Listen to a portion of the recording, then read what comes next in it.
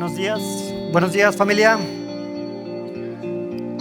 gusto que puedan estar aquí, poderlos ver una semana más. Para quienes vienen por primera vez, les damos la más cordial bienvenida y espero que se sientan confrontados y consolados a través de la exposición de la palabra que vamos a ver en esta mañana. Bienvenidos. Y después de prácticamente, me parece que fueron 8 semanas que pausamos nuestra serie de Hechos de los Apóstoles, la retomamos el día de hoy. Recuerda que la serie se llama Hechos de los Apóstoles, la iglesia en el poder del Espíritu Santo. Hechos de los Apóstoles, la iglesia en el poder del Espíritu Santo. Y hoy vamos a retomar nuestra serie. Vamos a estar en el capítulo 13, versículos 13 al 43, por favor. Vamos a estar en esta sección. Es una sección un poco larga, pero no se asusten. No vamos a estar más de hora y media escuchando el sermón, pero bueno, ahí hay mucha agua. Entonces, antes de comenzar, si van buscando el pasaje, capítulo 13 del libro de los Hechos, versículos 13, a partir del 13 hasta el 43, vamos a ver. El día de hoy vamos a poner este tiempo en manos del Señor. Acompáñame a orar. Amado Padre, gracias te damos por esta hermosa mañana, Señor. Una mañana calurosa, pero en la que podemos disfrutar de tus maravillas. Y ahora nos has traído a esta reunión para acercarnos a ti, para escuchar de tu palabra, para cantarte, para exaltarte, para ofrendar, Señor, para hacer diferentes aspectos que nos centran en ti. Gracias, Señor, porque tú nos has dado ese privilegio y te necesitamos en esta mañana. Permite que tu palabra y el Espíritu Santo obren en nosotros para que podamos exaltarte de una mejor manera con el paso del tiempo. Gracias, Señor. Te necesitamos. Dejamos este tiempo en tus preciosas manos en Cristo Jesús. Amén. Ok, vamos a leer nuestro pasaje.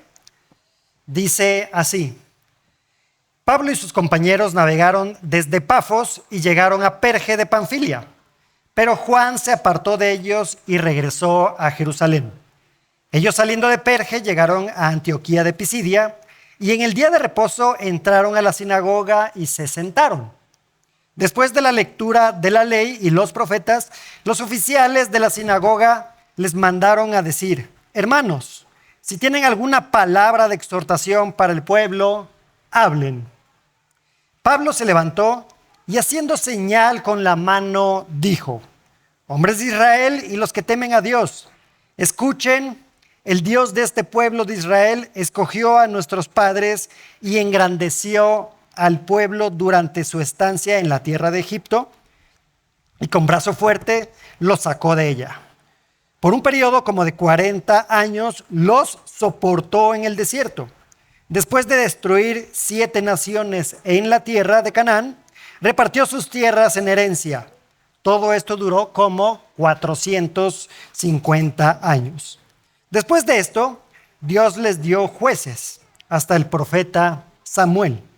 Entonces ellos pidieron un rey y Dios les dio a Saúl, hijo de Cis, varón de la tribu de Benjamín, durante 40 años. Cuando lo quitó, les levantó por rey a David, del cual Dios también testificó y dijo: he hallado a David, hijo de Isaí, un hombre conforme a mi corazón, que hará toda mi voluntad. De la descendencia de éste, conforme a la promesa de Dios, ha dado a Israel un Salvador, Jesús. Después de que Juan predicó, antes de su venida, un bautismo de arrepentimiento a todo el pueblo de Israel. Cuando Juan estaba a punto de terminar su carrera, decía: ¿quién piensan ustedes que soy yo? Yo no soy el Cristo, pero miren, viene tras mí uno de quien yo no soy digno de desatar las sandalias de sus pies. Hermanos, hijos del linaje de Abraham, y los que entre ustedes temen a Dios. A nosotros nos es enviada la palabra de esta salvación. Pues los que habitan en Jerusalén y sus gobernantes, sin reconocer a Jesús ni las palabras de los profetas que se leen todos los días de reposo, cumplieron estas escrituras cuando lo condenaron. Aunque no hallaron causa para dar muerte a Jesús, pidieron a Pilato que lo mandara a matar, cuando habían cumplido todo lo que estaba escrito acerca de él. Lo bajaron de la cruz y lo pusieron en un sepulcro, pero Dios lo levantó de entre los muertos. Y por muchos días se apareció a los que habían subido con él de Galilea a Jerusalén, los cuales ahora son sus testigos ante el pueblo. Nosotros les anunciamos las buenas nuevas de que la promesa hecha a los padres, Dios la ha cumplido a nuestros hijos al resucitar a Jesús, como también está escrito en el Salmo 2. Hijo mío eres tú, yo te he engendrado hoy.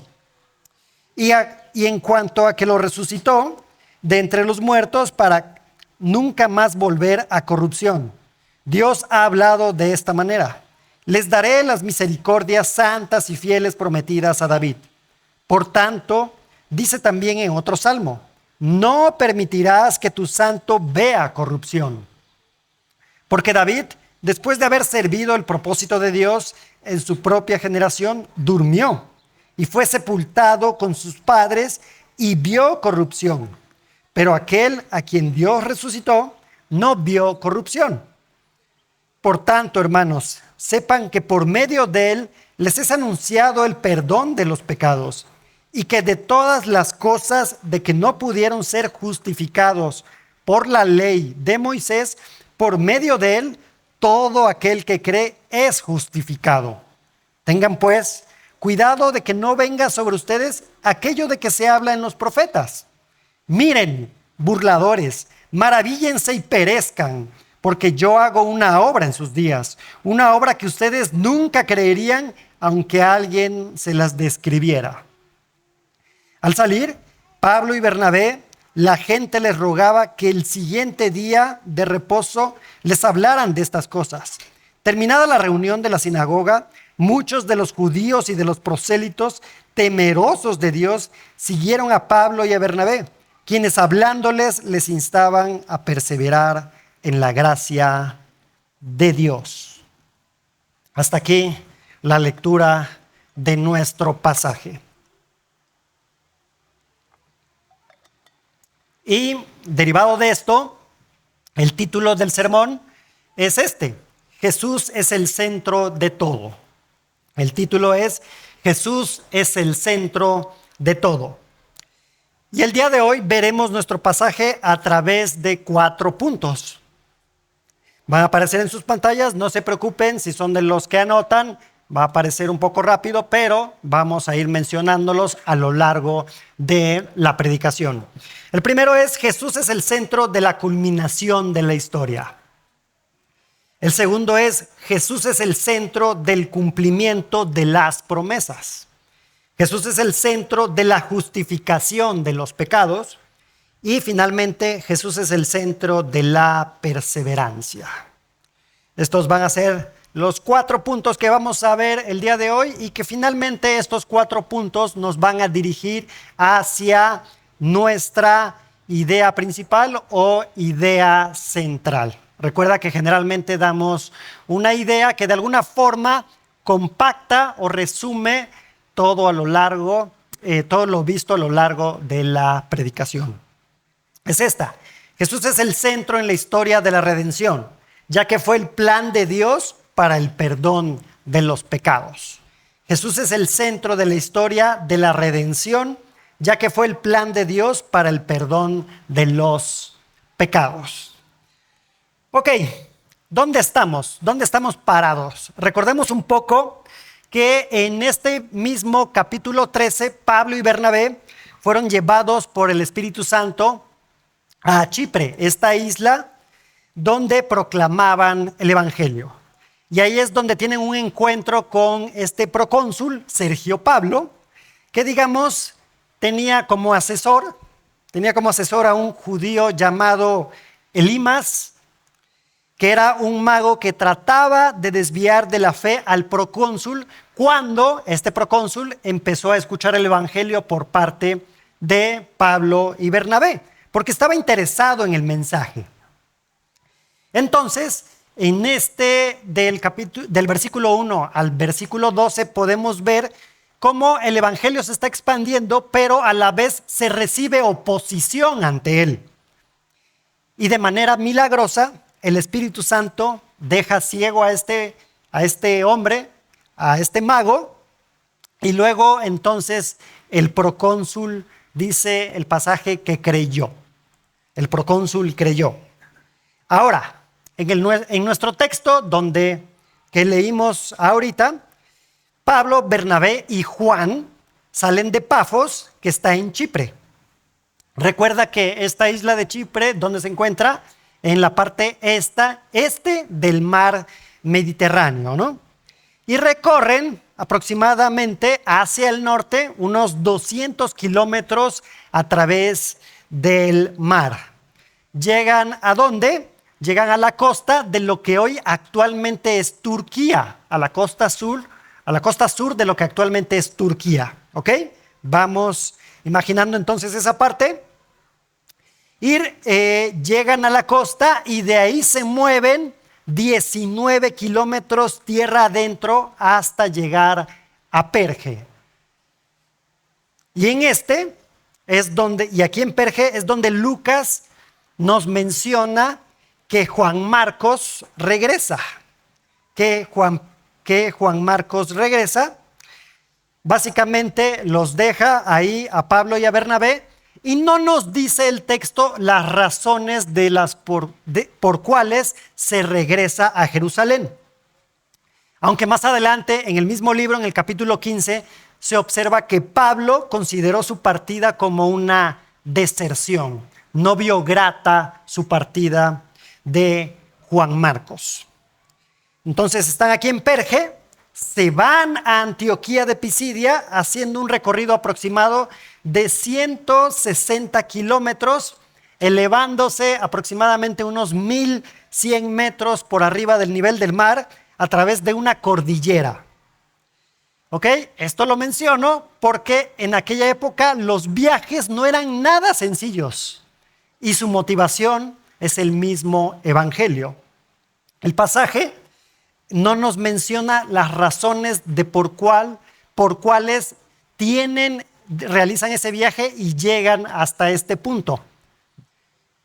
Pero hay dos hipótesis. Una es que aparentemente Pablo se enferma, me parece que paludismo es lo que se menciona, y busca tierras un poquito más frías, o simplemente va a haber un familiar de este procónsul en Chipre. Aunque no lo sabemos, esas simplemente son hipótesis, aunque en nuestro mismo capítulo, ¿quién fue quien llevó a Chipre a Pablo y a Bernabé? Fueron movidos por el Espíritu Santo.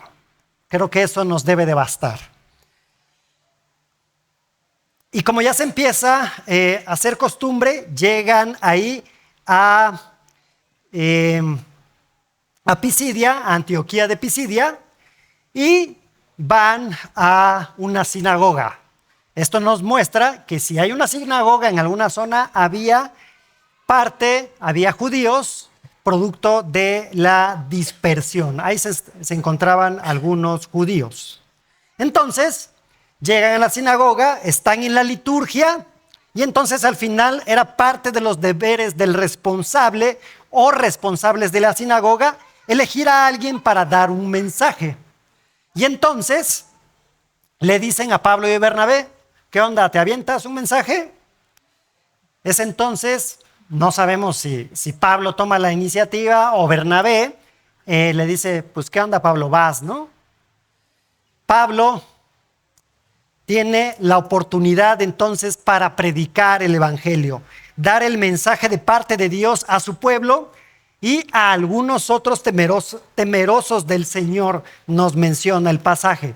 Aparentemente son dos audiencias dentro de la sinagoga, o quizás tres. ¿Por qué? Porque están los judíos, están los prosélitos, es decir, estos gentiles que se han hecho al judaísmo, han adoptado el judaísmo como propio, y también probablemente había ahí algunos gentiles que comulgaban con lo que se creía y entonces desarrollaban su vida eclesiástica, por llamarlo así, en la sinagoga. ¿Ok? Entonces tenemos una diversidad de personas que están ahí en la sinagoga y están a punto de escuchar al apóstol Pablo expresar el evangelio. Entonces, esto nos lleva a nuestro primer punto. Nuestro primer punto es, recuerden, Jesús es el centro de la culminación de la historia. Jesús es el centro de la culminación de la historia que va a abarcar los versículos 17 hasta el 22.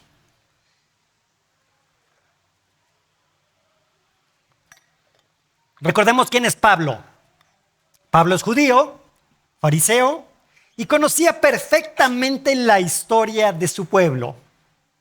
Y sabes, a veces la historia nos puede parecer abrumadora. Nos sentimos un poco alterados porque pareciera que no va a ningún lado, que no tiene sentido, pues hay quienes piensan que la historia del hombre simplemente es azarosa, es caótica y no va hacia ningún punto. O puede ser simplemente el caos. Y como dice un personaje en esta novela de este famoso filósofo existencialista Sartre, la novela La náusea, menciona ahí un personaje y dice esto: mientras vivas, nada ocurre. El escenario cambia, las personas vienen y van, eso es todo. No hay comienzos, días se añaden a días sin ton ni son, una interminable y monótona adición. Simplemente no tiene sentido, aparentemente.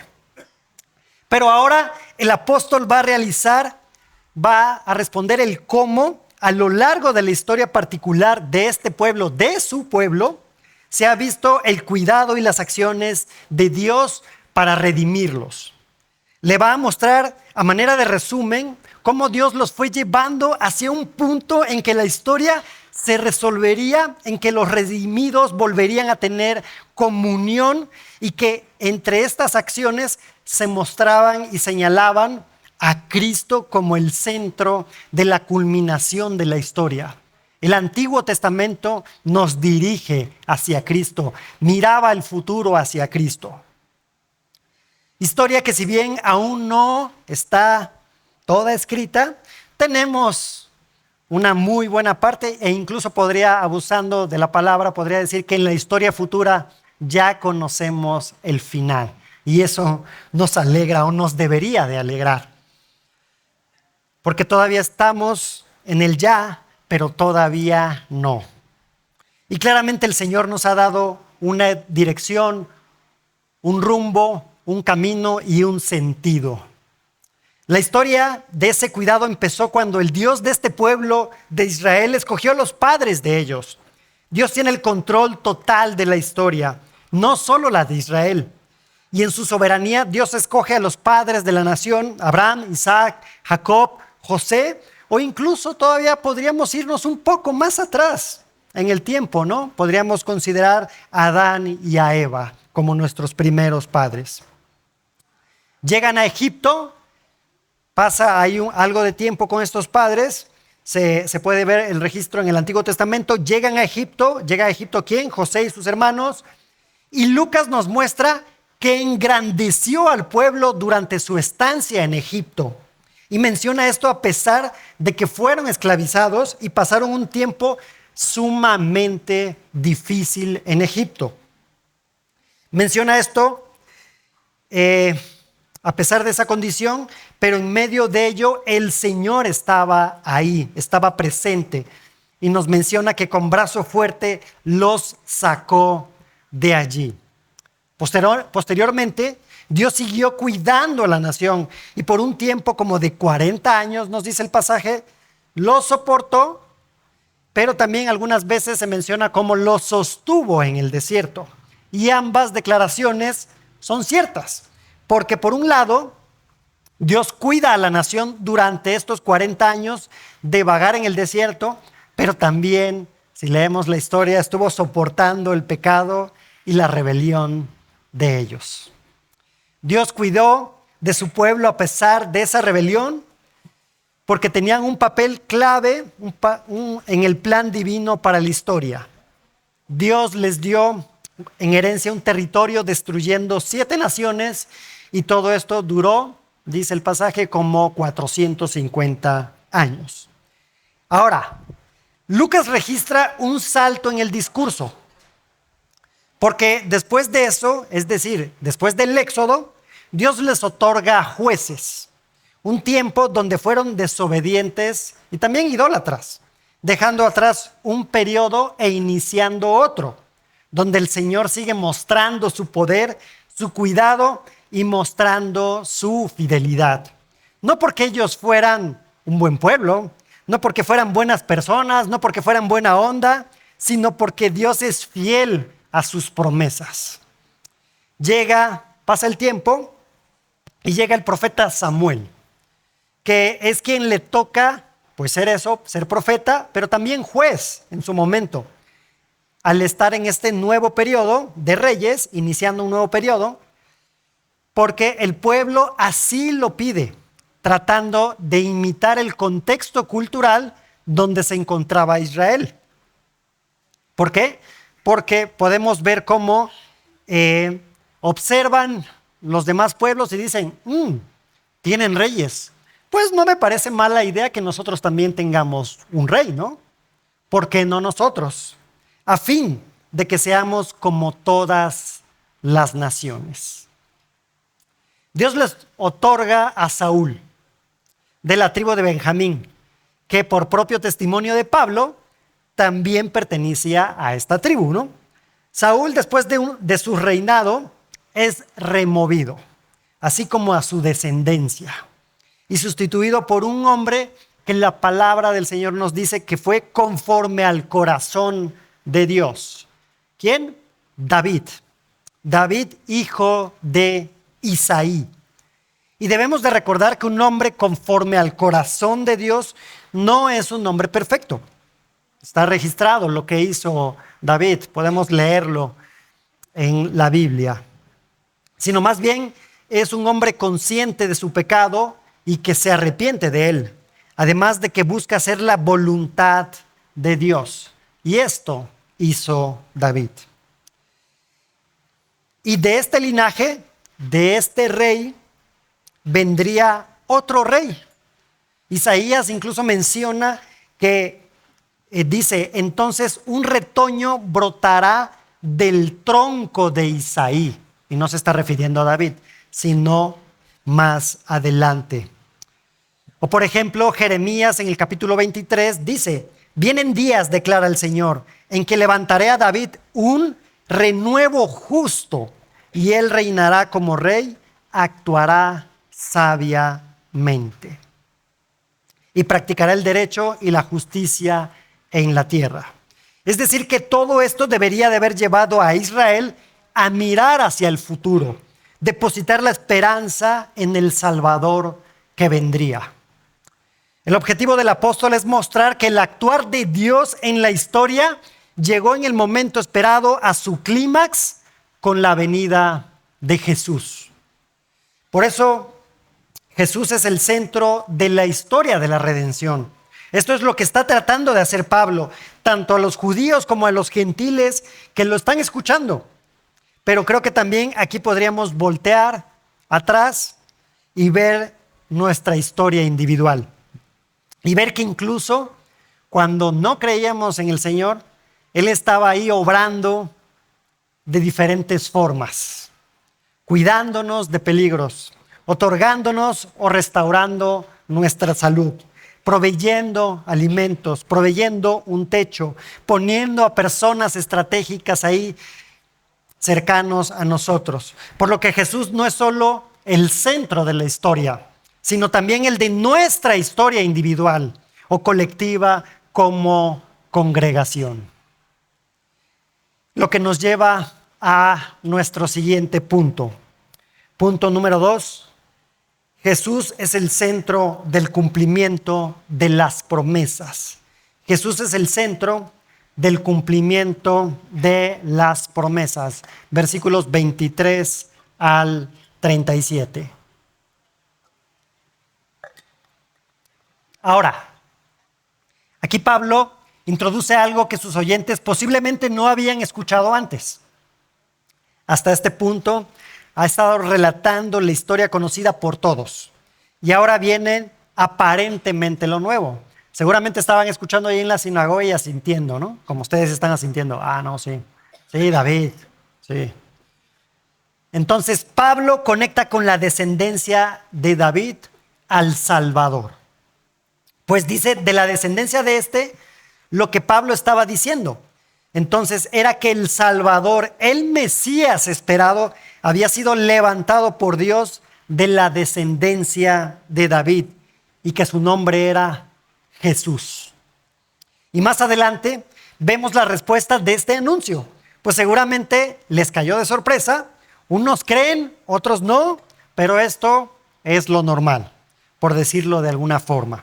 Probablemente Lucas compacta el discurso de Pablo, no lo sabemos, pero podemos recordar cómo hay profecías en el Antiguo Testamento que se cumplen en Jesús. Por ejemplo, Él fue la simiente de la mujer que hirió la cabeza de la serpiente. Génesis. El hijo nacido de una virgen cuyo nombre era Dios con nosotros. Isaías. El Mesías nacería en Belén y allí nació Jesús. Esto lo retoma Mateo. Debería ser descendiente de David. Y Mateo enfatiza eso, pero también se puede observar en Jeremías y en segundo libro de Samuel. Que Jesús entraría en Jerusalén sobre un asno. Lo veíamos hace 2 semanas, me parece. Zacarías 9:9. Que sería despreciado entre otras varias. Y particularmente en Malaquías, capítulo 3, versículo 1, Dios dijo de él: yo envío a mi mensajero y él preparará el camino delante de mí. ¿De quién está hablando? De Juan el Bautista. Estaba pensando en Juan el Bautista. Que podemos suponer que la audiencia de Pablo había escuchado de Juan el Bautista. Menciona su bautismo de arrepentimiento, pues este allanaba el camino para la aparición pública de Jesús. Ya que Juan mismo declara expresamente, cuando la gente se preguntaba si el propio Juan podría ser a quien estaban esperando, simplemente él respondió: yo no soy él, yo no soy el Cristo. El que viene, sino más bien es el que viene detrás de mí. Y lo que sigue a partir del verso 26 en nuestro capítulo es de entrada una exhortación para ambos grupos, o estos 3 grupos que están escuchando a Pablo. Y de alguna manera es una respuesta de una posible pregunta por parte de la audiencia de Pablo. Muy al estilo de Pablo cuando escribió la carta a los romanos. Se adelanta un poquito a responder una posible pregunta que puedan ejecutarle. Y esta es la pregunta: si Jesús es el Mesías, ¿por qué los líderes judíos no lo reconocieron como tal? Básicamente, los judíos de Jerusalén rechazaron la promesa, una por lo duro de su corazón, y estaban oscurecidos por el pecado. Los habitantes de Jerusalén y sus gobernantes, no conociendo a Jesús ni las palabras de los profetas, a pesar de que se leen todos los días de reposo, no las comprendieron, pero las cumplieron al condenarle. Fallaron en reconocer a Jesús como el Salvador a quien el Antiguo Testamento señalaba. Y parte de esta buena noticia es que ahora para estos judíos que se encuentran lejos de Jerusalén, y no solo para ellos, también para los gentiles temerosos de Dios, están escuchando del Evangelio. Fíjate lo que dicen los versículos 26 y 27 de nuestro pasaje. Hermanos, hijos del linaje de Abraham y los que entre ustedes temen a Dios, a nosotros nos es enviada la palabra de esta salvación. Pues los que habitan en Jerusalén y sus gobernantes, sin reconocer a Jesús ni las palabras de los profetas que se leen todos los días de reposo, cumplieron estas escrituras cuando lo condenaron. De alguna forma no tuvieron la teoría, no comprendieron la teoría, pero la práctica la realizaron. Asociado a esto, se puede pensar y generar otra pregunta. Si era el Salvador, entonces, ¿el ser rechazado anula el plan de Dios? Y podemos responder con un contundente no. No lo anula. Pues eso también estaba profetizado. Estaba también en el Antiguo Testamento. Por ejemplo, en Isaías 53:3 nos dice al respecto: fue despreciado y desechado de los hombres, varón de dolores y experimentado en aflicción, y como uno de quien los hombres esconden el rostro, fue despreciado y no lo estimamos. Tras esto, lo que hace a partir del versículo 28 el apóstol y hasta el versículo 37 es profundizar y ampliar y corroborar un poco lo que acaba de expresar. Se cuenta desde la parte donde no pueden encontrar evidencia en Jesús de algo que le otorgue la pena de muerte, donde lo llevan ante Pilato y a pesar de su inocencia, ellos pidieron a Pilato que lo sentenciara a muerte. La sentencia fue ejecutada con la crucifixión, que lo bajaron de la cruz, lo pusieron en el sepulcro, pero que no se quedó allí. Y recordábamos esto las semanas pasadas.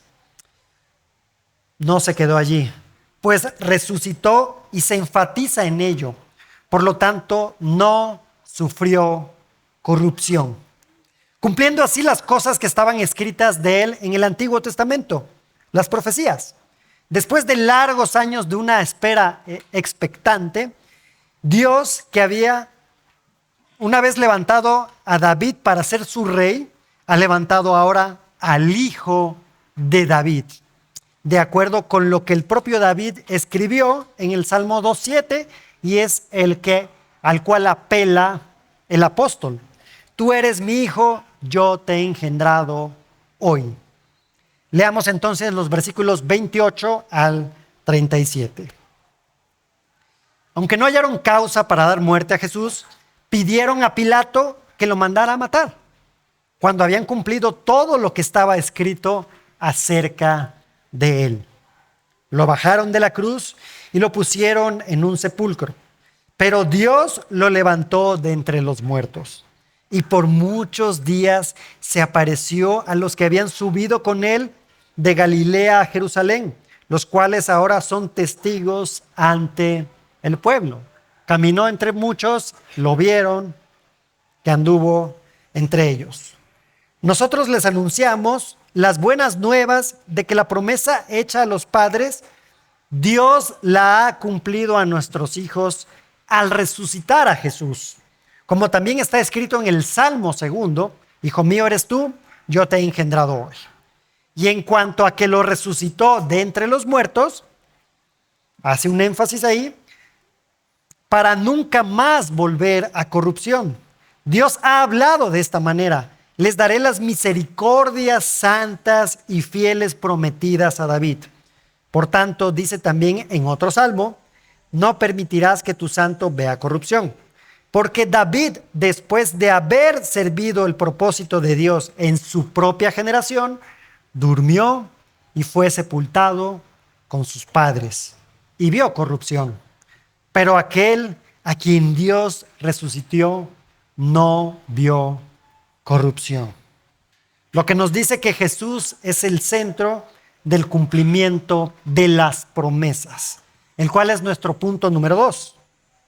Jesús es el centro del cumplimiento de las promesas. Recuerda nuestra idea principal. Jesús es el centro en la historia de la redención, ya que fue el plan de Dios para el perdón de los pecados.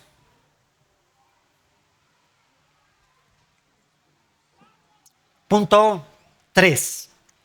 Jesús es el centro de la justificación de los pecados. Versículos 38 al 41. Y ahora Pablo hace una invitación a los que escuchan, a los que lo están escuchando, a aceptar todo esto que acaba de mencionar. Y Pablo les anuncia el perdón de pecados y los invita a creer. Por tanto, hermanos, versículo 38, sepan que por medio de él les es anunciado el perdón de los pecados y que de todas las cosas de que no pudieron ser justificados por la ley de Moisés, por medio de él todo aquel que cree es justificado. Tengan pues cuidado de que no venga sobre ustedes aquello de que se habla en los profetas. Miren, burladores, maravíllense y perezcan, porque yo hago una obra en sus días, una obra que ustedes nunca creerían, aunque alguien se la describiera. De alguna manera el pueblo judío estaba más o menos consciente de los estragos y las consecuencias del pecado, así como a veces nosotros estamos más o menos conscientes de eso. Y si se profundiza más en el resumen histórico de la nación de Israel, se habían aferrado al pecado individual, comunitario y por lo tanto de la nación, a nivel nacional. Pues no hay hombre que no peque. Incluso esto lo dice Salomón. Cuando hace una dedicación del templo, menciona eso. No hay hombre que no peque. Y entonces, ¿qué hacemos con este pecado en nosotros? ¿Qué hacemos con ese no dar en el blanco? ¿Qué hacemos con esa desobediencia que realizamos con las cosas que nos demanda el Señor y simplemente no cumplimos? Para el pueblo judío era relativamente fácil hacer algo y caer en el error. Y para los tiempos de Pablo también era relativamente fácil, pues él era fariseo. Tratar de cumplir la ley era la supuesta solución para eso. Cumplirla externamente sin que hubiera un cambio interno, que es lo que hace el Señor en nosotros, transformarnos internamente generando un cambio externo. El legalismo, al ser el simple esfuerzo humano, era y sigue siendo incapaz de refrenar esas tendencias del pecado, de la naturaleza pecaminosa del ser humano, producto de la caída, producto de la separación del ser humano con Dios. Y la oferta con la que está cerrando su discurso el apóstol es el perdón de los pecados y la justificación a través de la fe en Jesucristo. Y sabes, esa oferta se extiende para ti el día de hoy. Todavía es válida el día de hoy. Puede que te encuentres tan insensible a la condición de pecado que digas, pues es que soy maravilloso, yo soy una buena persona, quiero mis amigos, ayudo a la gente, respeto a mi esposa, a mi esposo, soy trabajador, soy buen trabajador, como hijo soy obediente a mis padres, me apuro en la escuela, no saco 10, pero saco 8. Por ahí, jóvenes. O sí, sacas 10, ¿no? Está bien. Y te consideras bueno. Y sabes, si estás haciendo estas cosas, qué bueno, gracias a Dios por ello. Pero si piensas que pero más bien, al pensar eso estás confirmando mi punto, de que te consideres bueno, porque estás siendo insensible un poco al pecado. Tienes que entender que por tus propios esfuerzos no podrás acercarte a Dios. porque simplemente somos incapaces de hacerlo. No damos el ancho para los requerimientos de Dios. Pero ¿sabes qué? Jesucristo sí dio el ancho. Y es por eso que por fe dependemos de Él. Quien sí cumplió con todo fue Él. Por eso se hizo hombre y realizó todo como estaba anunciado, como lo acabamos de ver. Y Pablo describe un poco más al respecto de esto en su carta a los Romanos. Fíjate lo que dice Romanos 3, 23 al 26, un pasaje bastante famoso, conocido, que empieza así: por cuanto todos pecaron y no alcanzan la gloria de Dios. Es un absoluto. Todos son justificados gratuitamente por su gracia, por medio de la redención que es Cristo Jesús, a quien Dios exhibió públicamente como propiciación por su sangre a través de la fe, como demostración de su justicia, porque en su tolerancia Dios pasó por alto los pecados cometidos anteriormente, para demostrar en este tiempo su justicia, a fin de que Él sea justo y sea el que justifica al que tiene fe en Jesús. No es en tus propias fuerzas, no es en tu conocimiento, no es porque te dices buena persona, es por fe en Jesucristo. Jesús es el que toma nuestro lugar y paga la deuda para con Dios, para hacernos aceptos al Padre. No hay otra opción, no es en tus fuerzas, es lo que Él ya hizo. Así que arrepiéntete y cree. No hay más opción.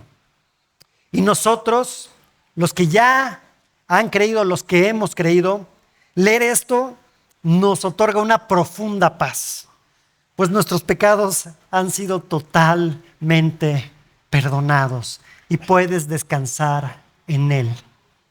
Y específicamente para estos judíos y prosélitos, les está diciendo que la ley de Moisés no justifica. La fe en Cristo sí, la cual es una afirmación absoluta de la eficacia del Evangelio versus la ley. Y les da una advertencia citando al profeta Habacuc. Tengan pues cuidado.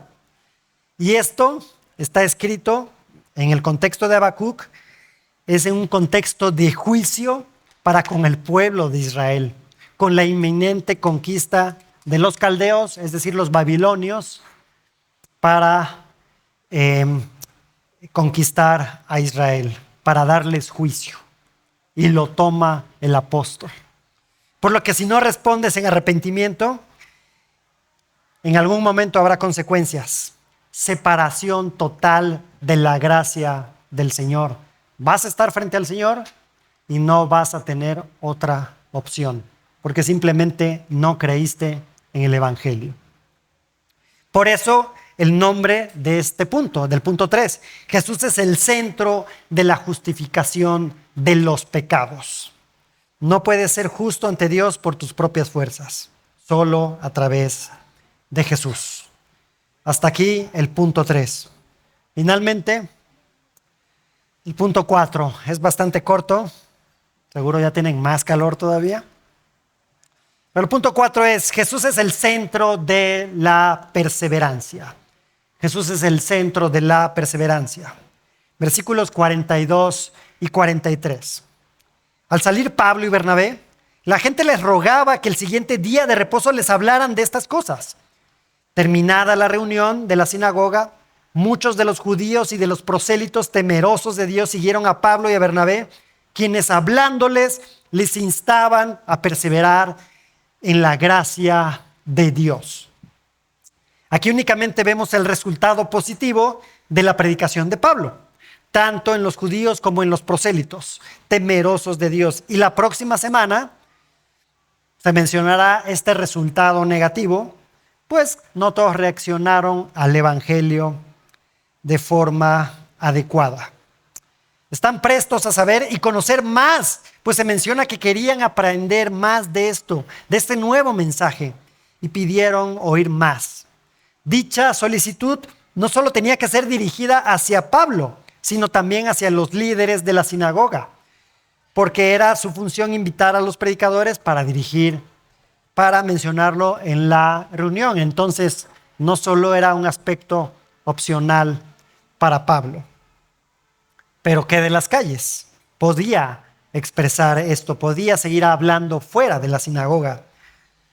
Y esto aparentemente siguió siendo de esta forma, donde podemos inferir que les decían algo así como: si han creído en Jesús como el Mesías y Salvador, si se han arrepentido de sus pecados, si han sido santificados por el Señor, ahora entonces deben de perseverar, deben de perseverar.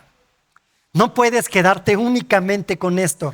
Perseveren en la gracia de Dios, y como únicamente esa gracia es a través de Cristo, es otorgada por Él.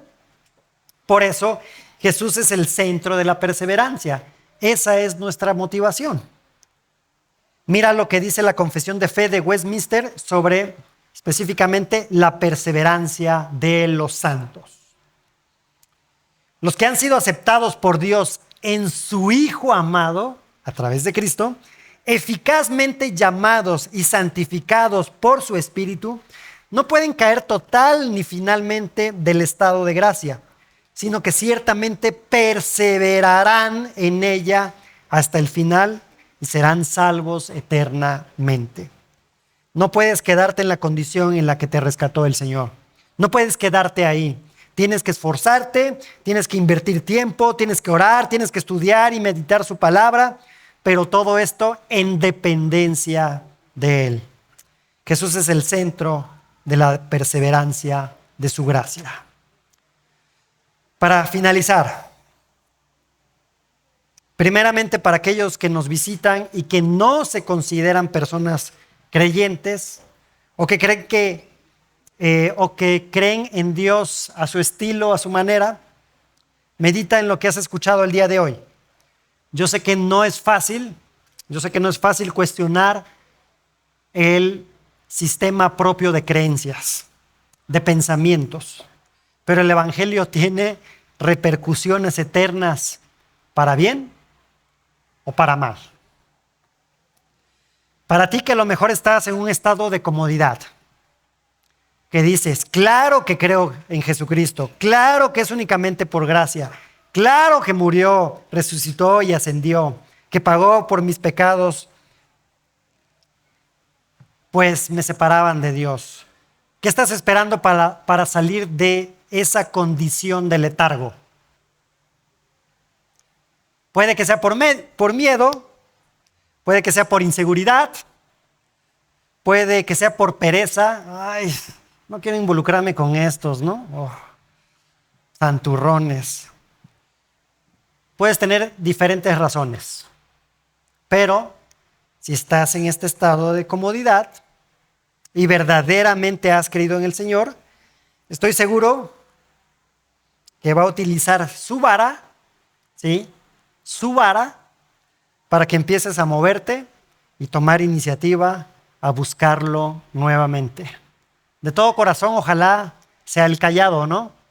Que te jale tranquilo, sin que te duela. Pero si no, va a ser un varazo. Y eso duele. Duele mucho. Pero vale la pena. A lo mejor eres de esos que termina el servicio y evades a todos, ¿no? Te van a saludar y como que hasta... uy, ya me quiero ir, ya fue suficiente, ya marqué la palomita de la semana, ¿no? No. Espero que despiertes de esa condición en la que estás. Por otro lado, si estás animado, estás sirviendo, estás apoyando, estás creciendo en el conocimiento de su palabra, estás confiado a pesar de las problemáticas por las que estás pasando, porque eso va a ser inevitable. Vamos a tener problemas, va a haber dolor, va a haber problemas de salud, va a haber pérdidas muy dolorosas, pero a pesar de eso, sigues dependiendo del Señor. Gracias a Dios por eso. Sigue perseverando en su gracia. Estamos en un maratón. Es largo el camino, y si dependemos de Él, podremos finalizar la carrera. Estamos en este proceso llamado santificación y no se acabará hasta que vayamos a su presencia, hasta que moramos. Ponte de pie, por favor. Recuerda la idea principal. Jesús es el centro en la historia de la redención, ya que Él fue el plan de Dios para el perdón de los pecados. Te la dejo. Y escucha lo que escribió Pedro en su primera carta. Primera de Pedro 1:3-9. Pues tu divino poder nos ha concedido todo cuanto concierne a la vida y a la piedad, mediante el verdadero conocimiento de aquel que nos llamó por su gloria y excelencia.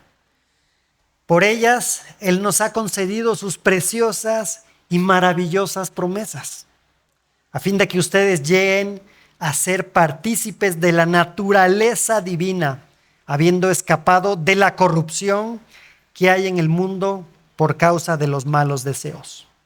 Por esta razón también, obrando con toda diligencia, añadan a su fe virtud, y a la virtud conocimiento, al conocimiento dominio propio, al dominio propio perseverancia, y a la perseverancia piedad, a la piedad fraternidad, y a la fraternidad amor.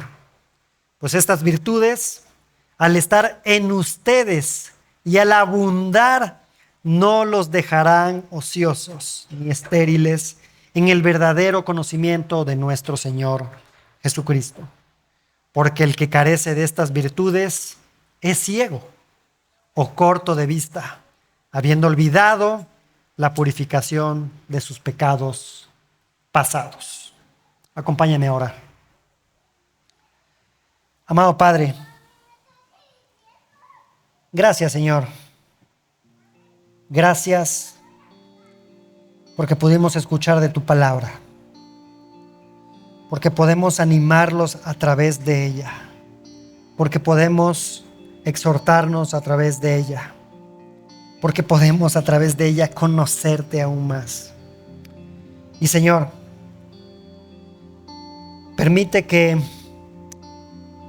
para aquellos que están aquí, Señor, y todavía no han confiado en ti, que el Espíritu pueda obrar en ellos, que los pueda confrontar y que puedan creer en ti.